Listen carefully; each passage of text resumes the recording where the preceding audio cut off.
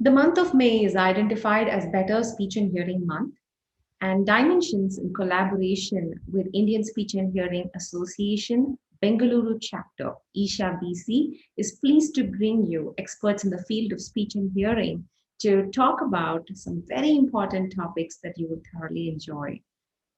For the first day, I am pleased to introduce you to Professor Rangasayee Raghunath Rao. And here is a few information that I would like to share about him, his accomplishments, and what he's contributed to the field.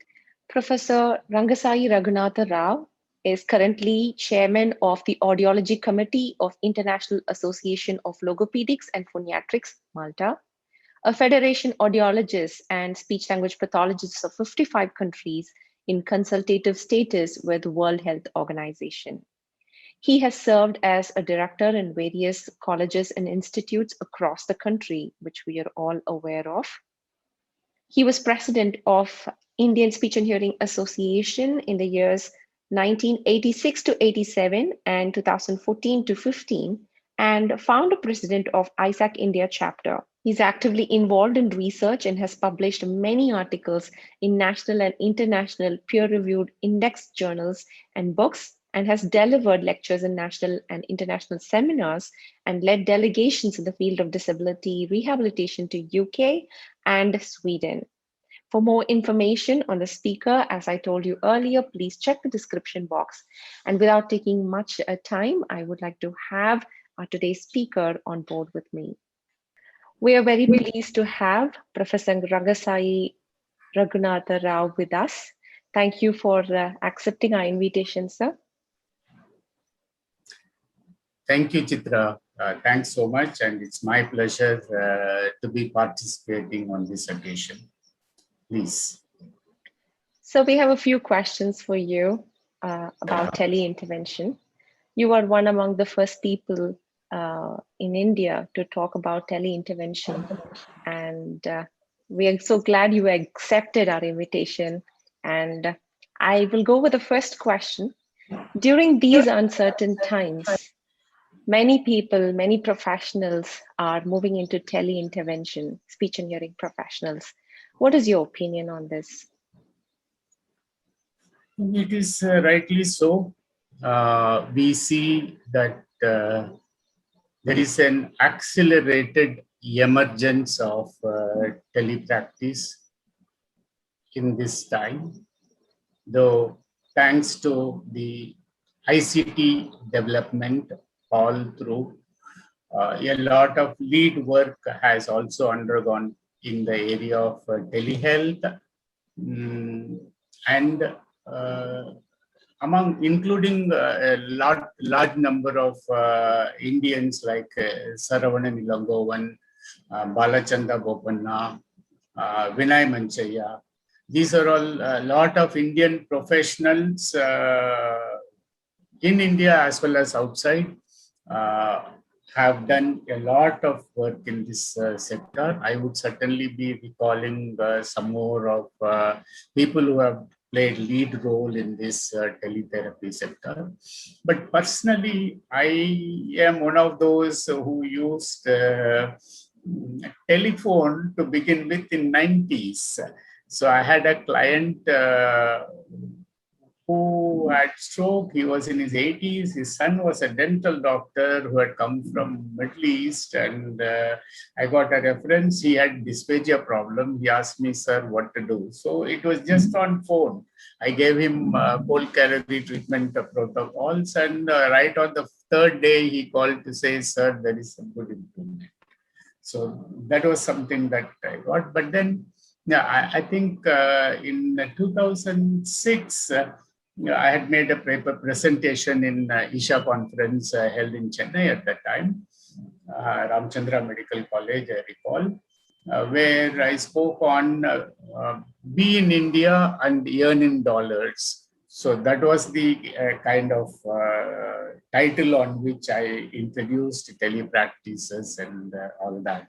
It's a very, very exciting time. And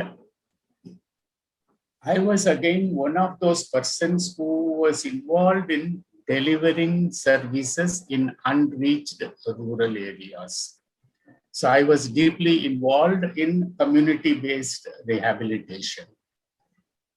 So if you look at the strategies of reaching people, traditionally there have been four different strategies. One is institution-based, where the client comes to us and we provide service to them in our own clinics or in hospitals or in institutions.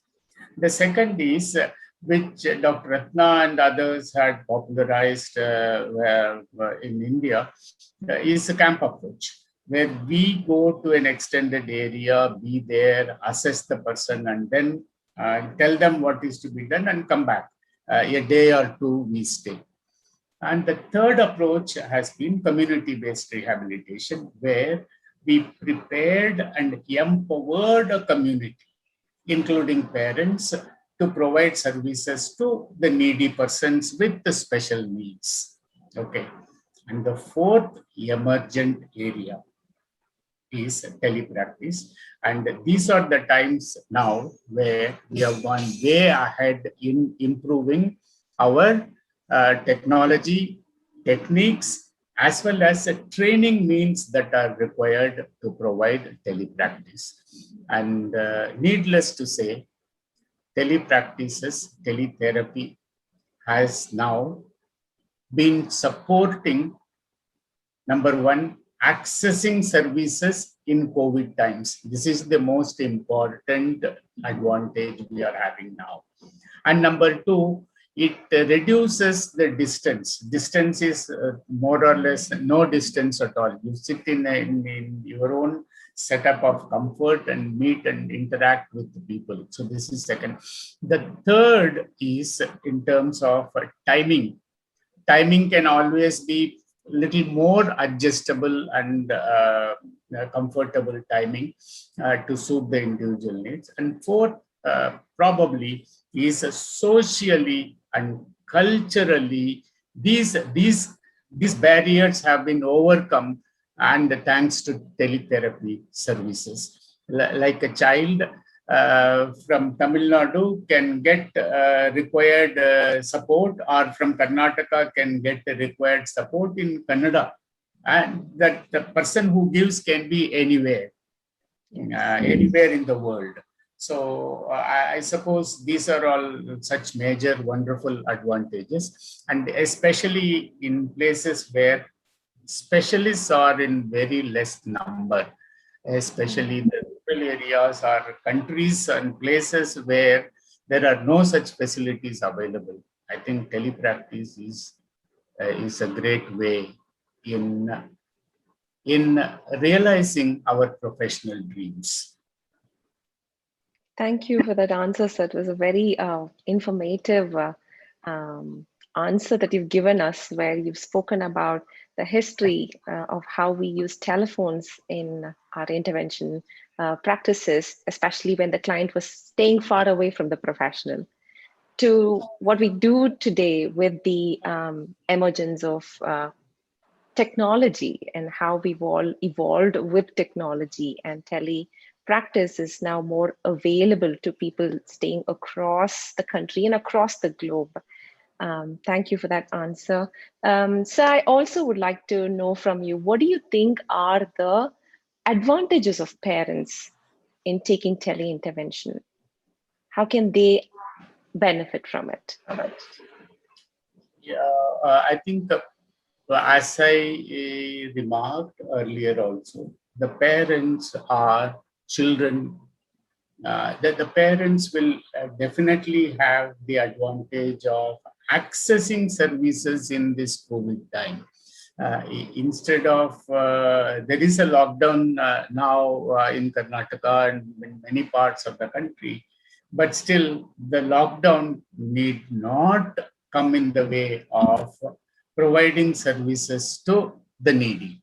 So this is one of the biggest advantages, I would say. And the second is it saves travel time, both to the parents especially, or the caregivers. It saves a lot of travel time. And then it gives a right opportunity to acquire skills. I was even earlier telling that in community-based rehabilitation, we spend a lot of time in empowering families and caregivers. So this empowering families and caregivers is incidental to teletherapy here. So what was not so incidental in institution-based approach has become part and parcel of the regular need for families and to be empowered, which is the goal. Ultimate goal is empowering people. I think parents get empowered by this. Though one will have to learn how to position the client in front of camera, what kind of camera one will be needing, and what kind of headset or what display unit or monitor one will need. These are all things that they may have to learn apart from some basic troubleshooting exercises. But then it's simply a wonderful advantage to families and parents. Yes, yes. Thank you, sir. That rightly said. In Dimensions, we also strongly believe in empowering parents. We do regularly have parent coaching programs, and especially in tele-intervention, we encourage parents to be co-therapists and administer the exercises or the activities with the kids. And for kids who actually are not able to position themselves in front of the screen because of an underlying hyperactivity or other conditions, we coach parents. We give them, say, 3 goals, and we give them 3 activities for each of the goals. We encourage them to work this at home, take a brief video of a minute or so and send it back to us, where we can analyze if there was the strategy implemented right, or if there's some help the parent requires. And then we have another session with the parent and either work towards helping them correct the strategies or add new strategies. Okay. So good. I think probably more than one camera may also help in such conditions. Yes. And I also see a lot of professionals who are either not for telepractice, or when they start off, they're not very confident of how to go about it. What would you like to recommend for them? Well, it's an extremely practical question. I have, and many of us, I have at least known people. If I send a message on a phone, I'll immediately get a call from the person. The person will say, okay, I don't know how to message, so I thought I'll call and talk to you. So it is time that we realize not all of us are equally savvy in use of technology. So there are variations, there are differences. So it goes on to say that professionals who, this is essentially the option now, the solution now for us to take the professional practices forward and reach our clients. Apart from the fact that those who are to whom this is the way of survival and livelihood for us again. So from that perspective also, it becomes equally important for us to equip ourselves with the skill, attitude, as well as technology infrastructure to be using this. While there are many validated apps are available, good number of apps are available for the purposes of speech therapy. I will go a step ahead and say, even if they are culturally or linguistically not applicable, you can still make it applicable by way of your own innovative modifications and adaptations that you may be able to do it. And you will be very happy to know that both the synchronous and asynchronous forms. Synchronous is what is real-time intervention and all. Asynchronous is something where you can store and retrieve, or it can also be a kind of hybrid version. It can be synchronous and non-synchronous, asynchronous versions, or synchronous or asynchronous, or face-to-face.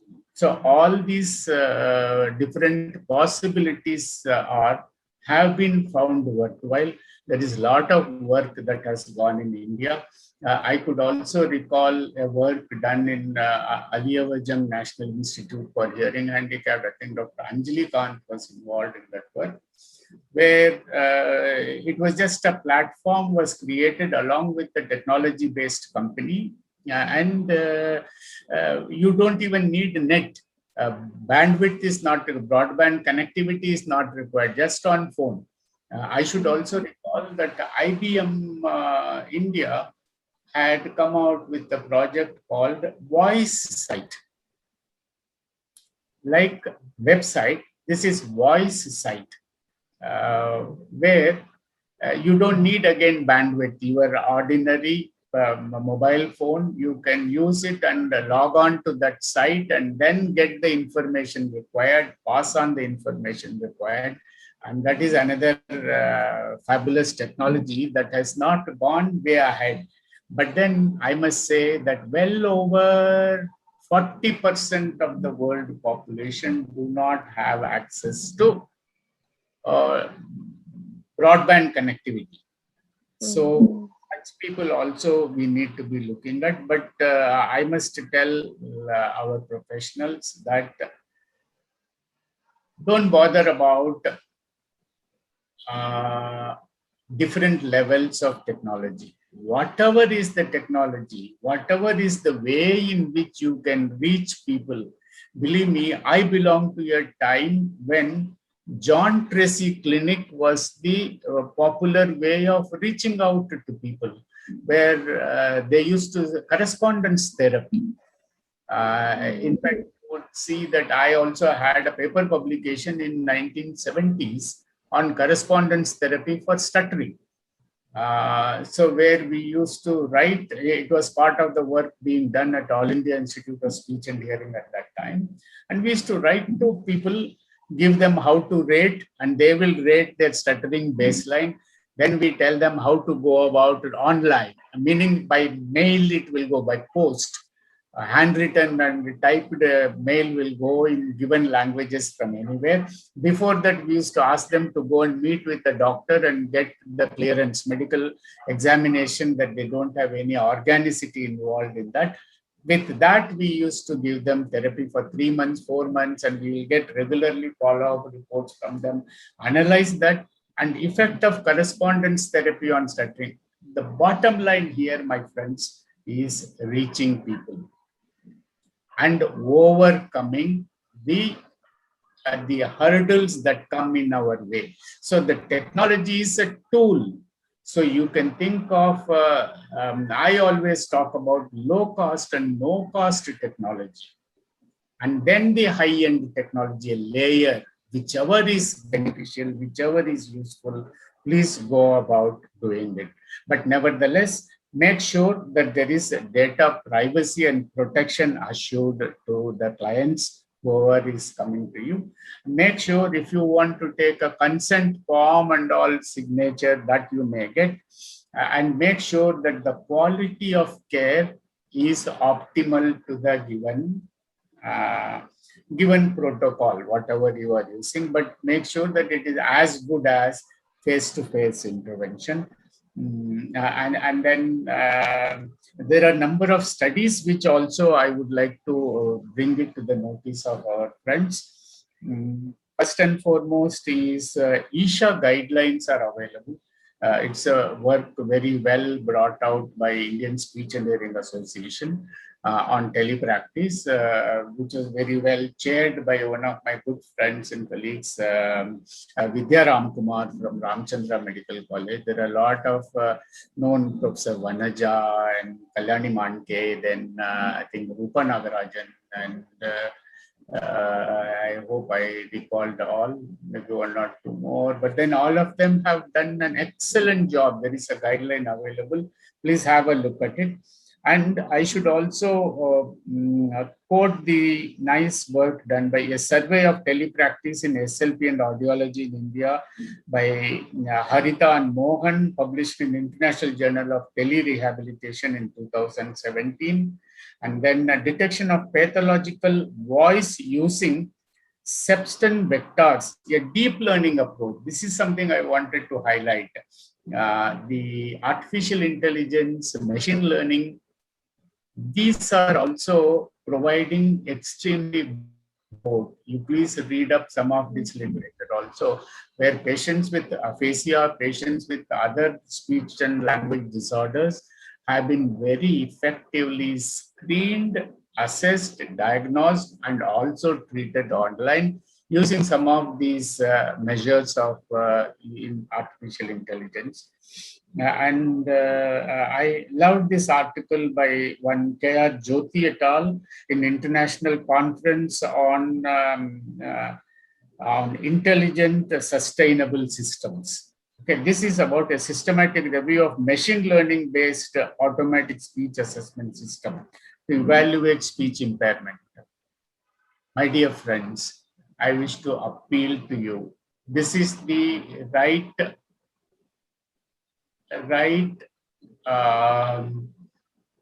spontaneous situation that has emerged because of the COVID conditions to improve our knowledge and capability in use of tele-technology, as well as all other forms of distance mode technologies for the effectiveness and for the goodness and well-being of people with speech, language, and hearing disorders. I also appeal to you that the whole world is committed to providing services to the needy with special needs through UN Convention on Rights of Persons with Disabilities, as well as sustainable development goals that have enlisted, and above all, our own Constitution of India and the Rights of Persons with Disabilities Act 2016. All of them provide such superb coverage and focus on the need to reach the needy. So my good wishes to the organizers, to Chitra particularly, for having brought me on this platform to share some of my thoughts. I thank you all. Thank you. Thank you very much, sir, for accepting our invitation and giving such an informative presentation on telepractice. You brought about correspondence, telephone, and then to the internet and how it has evolved. And thank you for encouraging the speech and hearing professionals today to go ahead with tele-intervention and give the best practices to children and speech impaired population across, and not to mention the correspondence and also the telephone intervention, not just using tele-intervention through internet and through gadgets that are quite expensive, but also for those who cannot afford through telephone conversation and correspondence. Thank you very much for sharing your experience and expertise. Thank you, and wish you all a very happy Speech and Hearing Awareness Month. Thank you.